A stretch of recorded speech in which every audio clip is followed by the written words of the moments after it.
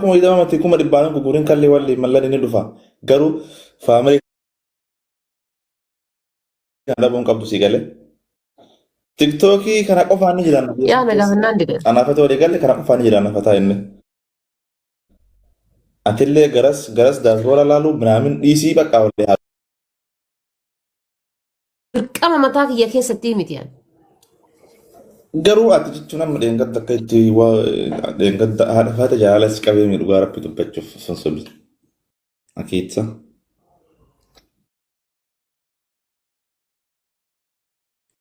jaalala Jaalala si qabee. Wayyee wayni haadha.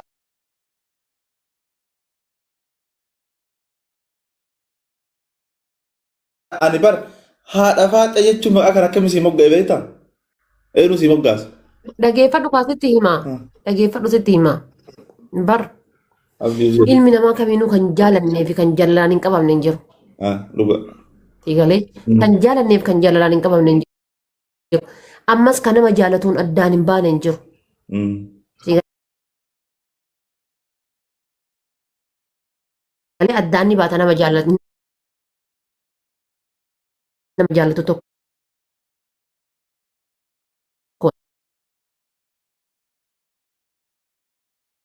beeki kasimii maal inni wantoota jaalala san keessa jirantuyyuu keessa keetiif hamilee keessi dhabee abdii si kutachiisa yookaan ati isii dhabuudhaan miti Khadiijaa yookaan Faaxumaa dhabuudhaan miti Khadiijaa yoo deemte Faaxumaa dhufa isa okee garuu maal inni waan jaalala san keessa jirutu si miidha waada baay'isawee jaalalli nama lama irraa yoo dhumne tokko irratti maraatu taate ni beektanii jechuudha fakkeenya waadaa sobaa kakuu sobaa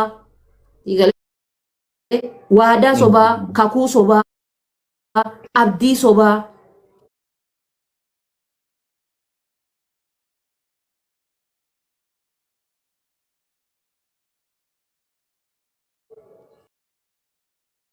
akkuma kijiba jira akkuma kakate jira inni waggaa sadii waliin jira waggaa sadiinuyyuu akkuma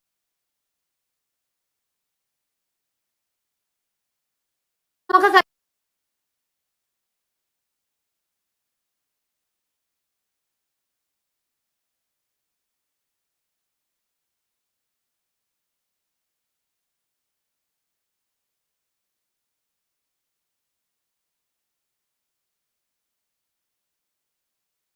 ilmoollee qabaadhee dhagayyoo ilmoollee qabaadhee yoo nama jaaladhullee qabaadhee waan illee qabaadhee anuu onneen tiyyatuun baay'ee dadhabdu beekte paarsantiin onnee tiyyaa kun baay'ee dadhabduudha jechuun onneen tiyyatuun tan nama lama baadhattuu miti nama tokkicha baadhate.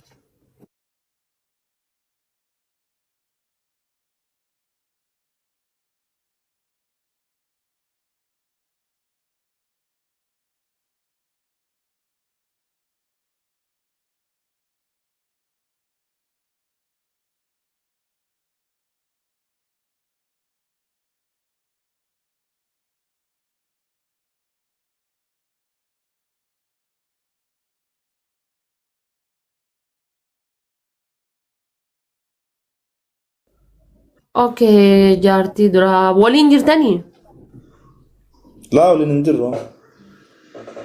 jechuun addaan baatammoo waliin jaarsaa jaartiidha jirtan. No wal bira hin jirru. Isitu haadha faatee fuudhii naan jetti. Haadha faati isiin abbaa barbaadde si hayyamtu jechuun isiin hayyama isiitii wayii hayyama dubartiitii wayii deemtanii miti ankasiin jechuu jiru. Kasiin jechuu jiru dhagaar taati. Ankasiin jechuutu jiru jaartii san jata duraa san waliin jirtammoo addaan baatan. Amma fuulumaan jirra lakka. Jaarsaa jaartii taatanii walumaan jirtanii jechuudha. Okay. Egaa waliin jiraatan fakkeenyaaf amma Itoophiyaa ji'a meeqa teesse ati akka biyya gatte? Waggaa tokko. Waggaa takka. Haga biyya kana amma jirtu kana dhuftee jettee yoo xiqqaate jedhee Ji'a 8-9. I think ji'a 8-9. Waggaa lama kana guutuu isitu si yaanne moo situ si yaanne? San qofaa miti. Achitti maalidhaa waggaa tokko ture. Taadaa waggaa kana hunda asitu isii yaanne moo isitu isii yaanne? Jechuun jireenya kamaan godhan wal yaannee maal godhuu dandeenya jireenya. Taadaa ishee amma jireenya okay. Fakkeenyaaf amma biyya kana jirtaati. Osoo ati Itoophiyaa jiraattee isiin biyya alaa jiraattee hojjetaa jirti, dalagaa jirti, anis as kana hojjetaa jira jetta. Ati amma biyya ambaa kana jirta. Maaliif bira hin finneesh? Maaf bira fiddee waliin hin dalan? Akkasuma yaadaa jirra achitti illee dalagama jira. Dalagaa biree qabdannee tumaan. Waa wayii dalagaa jirra. Jechuun gara teettanii maal daladdan? Dalagaadha kan. Meeqa kanaa keessa naasofnu? Keessa naasofna waan jiru hunda. Maasir nu gaafatte. Jechi keenyaa gadhaama namni yoo... Guys, mammaa ka wayiitu jira. Ani laala, ani yoo barbaachisaa ta'e abbaa ijoollee 5 qabutti illee nan heerumaan. Asaabii mana abbaa ijoollee 5 qabutti illee nan heerumaan. Sunnaan rakkoon qabu. Awwanni laalladhu maali beektanii? Amma dubartoonni gariin bal'aadha. Deemee dhaqee waan dubartii ta'an godheetti hamataa. Takkanaatii dheetti hamataa. Jettee dhageeffatti. Waan na jaalatuufi waa'ee isii natti hime. Isii hin jaalatu, ana hin jaalata. Nagee manchii mindazziinish. Boru siifillee qarbuma santu si eeggata. Dhiirri hadda dhufeetiin akkana naan jetti. Akkana naan jetti. Amma dhiirri tokko faati dhiifama naa godhaan luutiin dubartii takka jaalala qabsiisee biraa deemee akkana naan jettee narraa maraattee narraa akkas gootee narraa maalii taatee latti hin miidhamtaa jedheeni gorsee dadhabee maalii godhee wallaahi billaahi rabbiin kun bakka akkanatti haaroo bu'an guyyaa takka waa'ee jallaatti hin dubban. Dubartiin gogaa kana lafaa ol kaatee dhiirarraa maraattu hin jirtu. Gogaa kana lafaa ol kaatee dhiirarraa lafa duwwaatti irraa maraattu hin jirtu. Ammallee osoo inni dhaqee haa jedhee maal jedhee hin dubbisin dubbiftee waliin haasoftee akkasitti waliin indasii aanatti mibbaan nagar yallam hin jiru jechuudha. Ammallee dhufee maaliif wal gadhiiftan jaartii tan teessa duraaniitiin gisee jette akkanaati keezii intala duraanii waliin tureessan. Anamma haguma fedhe abbaa barbaadetti osoo heerume intala duraanii waliin turte san keeziin isii jidduu kan keetiif isii jiru maali jedheen gaafadhu. Barulleen barbaadu akkanatti mulleen barbaadu. Barulleen fedhu akkanatti mulleen fedhu. Gatii kana ta'eef amma si wanni si gaafadhee fi walitti hin dhufnaa bultii walitti hin ijaarannaa inshaallah buddeenni kiyyaa kan kee walitti jiraate achi keessatti wanni an baruu barbaade namni dubartii duraatiif bakka qabu zaareem nageem anaafis bakka qabu. Kabajaa qabuuf bakka qabuuf naatoo qabuuf anaafis bakka qaba. Egalee haguma fedhe baddu yoo taate nama dhiira tokko gisee ilaalu ishii maraattuu bakka algabara tana ilmoo ofii faa yoo ilmoo irraa qabaatan faa ilmoof jedhanii hin gatan. Ilmoo tana ka qaraasisu jira ka barsiisu jira. Ofii isin bara heerumtee jirti ka bira jala jirti. Akkasumattuu ilmoo ofii tana ka qaraasisu jira ka barsiisu jira ka maal godhu jira ka laalu jira ka seef godhu jira. Tokko jaartiidhaan wallolee akkuma isin dura gurbaa tokko jimmaa sila gurbaan sun isin suudii jirti birri itti erguu dinnaan guyyaa guutuu ilmoo lafaantumaa oole luka qabatee mataa ilmoo lafaantumaa oole. Ka akkasillee jira jechuudha isin galee. Amma ka akkasii sanfata janajjantee itti heerumtuun dhabamtu. Bakka inni jaartee duraaniitiin waliin feene wal dhabanii addaan bayanii ana ammoo na jaalataa. Dhiirri bakka takkatti hammeenya dalagee badduu dalagee onnee dubartii takka miidhee cabsee deeme zaaree maanchi mindanziinesh. Atis cabseetuma si biraa deema. Yookaas hima cabsee si bulleesseetuma akkasii si wajji jiraata. Namni nama miidhaa deemu jechuudha. Sillee sima gaya. Ibiddi ollaa gahe ollaa nan katu jettee Oromoo yeroo baay'ee. Gatii kana ta'eefi ani saniif si gaafadhe ilaal. Jaartii san teessa duraaniiti yoo bakka qabaatte kabajaa yoo qabaatte rispeektii yoo qabaatte si galee isiidhaaf isii gadhaabuudhaaf wanna jechuudhaaf kan yaaddu yoo taate anaafis waan gaarii yaaddaa waan gaarii hasaabdaa. Kanaaf si gaafadhe. Anamma abbaa manaa kiyyaani waan atta guddate atta fagaate tuyyuu addaan nu baasee waggaa lama nu eegsisa abbaa manaa koo. Si galee addaan nu baasee addaan nu fageessa. Osoo akka qabduu harmaatitti addaan bahuu baanne natti tola.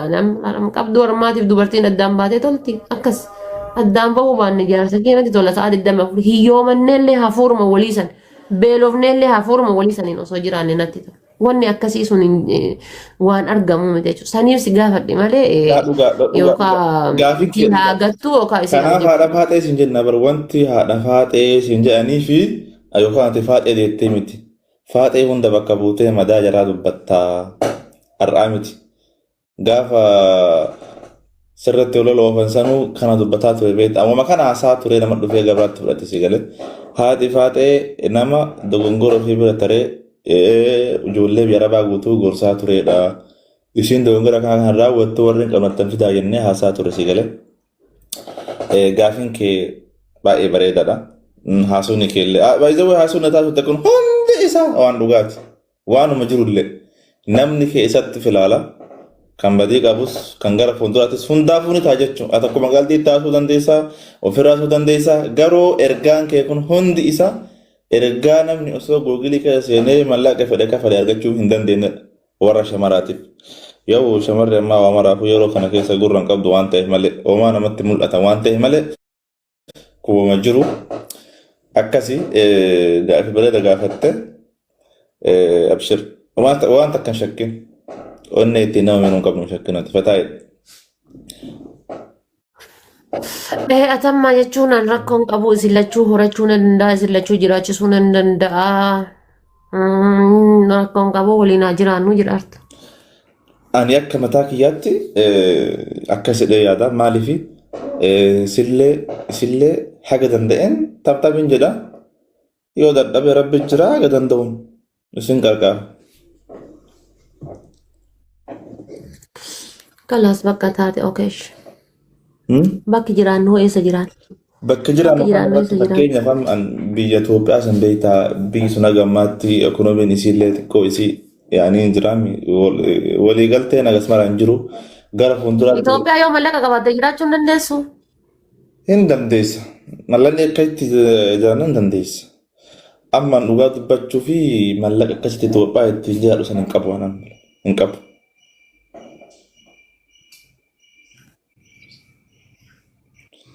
Fakkeenyaaf mana tokko qabattee mana tokko qabattee makiinaa manaa qabaannaan achiin gargaan hojjettee baatee hojjetaa ooltee galtaa. Makiinaa manaa qabaadhe maal dalaga? Oovarii ittiin dalaga. Raayidiin. Yaa sunillee ta'a raayidiin ta'a sunillee bar guyyaa guutuu liiga deemaa oolte qarshii yaanii kumuu tokko fa'aa kumuu lama hojjetta. Ani sinan hojjedha. Xiqqoo isii biyyuma arabaa kan shaqqallee osoo biizinasa irratti gallee wayyu. Biyya arabaa kana mi'a fakkeenyaaf ni hojjetta daladdee namatti achi ergitaa akka abbaan yaadu gabaan hin gurgurtu jedhanii akka ati yaaddu maatiin keessa hin godhan. Akkam goota. Nama bilbile maal jette? Amma mallaqa ni hojjetta biyya arabaa kanatti. Mallaqa hojjetta jettu kana maatiitti achi ergita. Maatiitti achi ergite yoo jette akka abbaan yaadu gabaan hin gurgurtu maatiin kan kee akkasitti maatiin keenya akkasitti yaadee nuuf hin hojjetu maal goona? Maal amma zabanni tole mallaqati ankaawwanti irra kaa'atta malee maal goota warra ergitare? Guyyee. Amma mallaqani birrii kuma takka Itoophiyaadhaa akkaawwanti irra kaa'uun barbaadu. Hin ta'u dogongorri guddaan itti qabu kun uraan ishee kana. Akkaawwantii mataa keetii yoo qabaatte irra galfatta mallaqa. Yoo akkasaa maatiin kee rakkate yookaan yaadhaaf abbaa kee waa barbaachise nama sanii waa wayiin qootachi booda mallaqa kee akkaawwantii irra kaa'atta akkaawwantii kee irra kaa'atta. Birrii maaliif akkaawwantii irra kaa'uun feene beektaa birrii? Ati birrii 100,000 akkaawwantii irra keettee lafa kaa'urraa lukkuu fireeshan yookaan ammoo hoolaa fireeshan bittee margatti sooruu sii wayyu. Sun yoo nama qabaatte yaa sun yoo namni ati irra dhalatte sun waa'ee biizinasaa beekee ittiin fashoose nush nama keetii miti nama si aanuu yookaan amantuttuu kanatee miraan kee akka hojjetu ta'uu dandeessa san. Sun akkaataa maatii keetiitiin ila. Garuu immoo bakka ittiin jirretti yoo maatiin keessa waa'ee daldalaa beekuu hin dandeenye mallaqa kana waa godhee fiduu hin dandeenye maraan kee yoo lafa sitaa irra wayyaa. Yookaan immoo nama dalaguu beekutti kennuu maraa rakkoota kan qabu maraan kee lafa taa'u sun dhuga. Garuu yeroo kana keessa amantummaa waan badde waan qabdu suuf makeetu irra buufataa man deemte. Yeroon kun yeroo ilmi namaa itti yaani wal jallamu waan ta'eef homaa anamma ani sitti mallaqa ayyuu qabu. Mallaqa hin qabu. Mallaqa maan qabu amma bakka yoo dalagee argadhe malee ma booda. Garuu waan qabu fi fakkaadha yaani rakkina agarree homaa of duraan qabu garuu yoo akkatti of ilaalu sodaa wayii ofirraan qabu dalagee argadhnaa fakkaata. Shakkii hin qabu jechuudha yaani. No, ka mallaqa bar mallaqa waliin namni dhalatu hin jiru bar jechuun mallaqa ka mallaqa laal mallaqa karaa lamaan argatta. Mallaqa karaa lamaan argatta. Mallaqaa fi qabeenya karaa lamaan argatta. Tokkoffaa hiriyyaa gaarii irraa mallaqa ni argatta.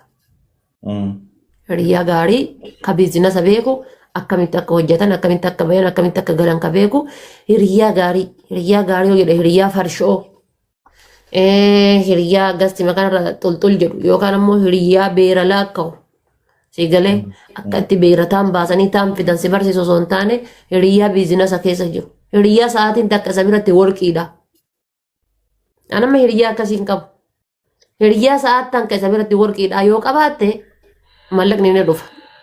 Nama sirriitti hojjetee hojii bakka hojii biizinasi bakka akka itti hojjetan kan hin dalannaa nama siin jedhu yoo qabaatte wallaahi ati gaafa waggaa takka waan biraa keessa jirta.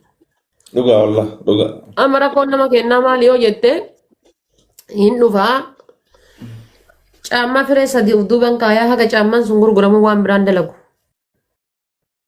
Numa ta'a. Maqaaf suuqii banatee jira. Ataan fakkeenyaaf shaampoo kana gurguraa jirta ni ilaalta gabaa isaa haga ji'a 2 3 4 ni ilaalta. Akkaataa inni itti deemaa jiru sa'aatii keetii fi yeroo keetii fi wannoo keetii qabeenya biizinasa keetii walgita itti fuufi. Walin gitu bakka san nama biraa buuftee ka birootis seenuudha.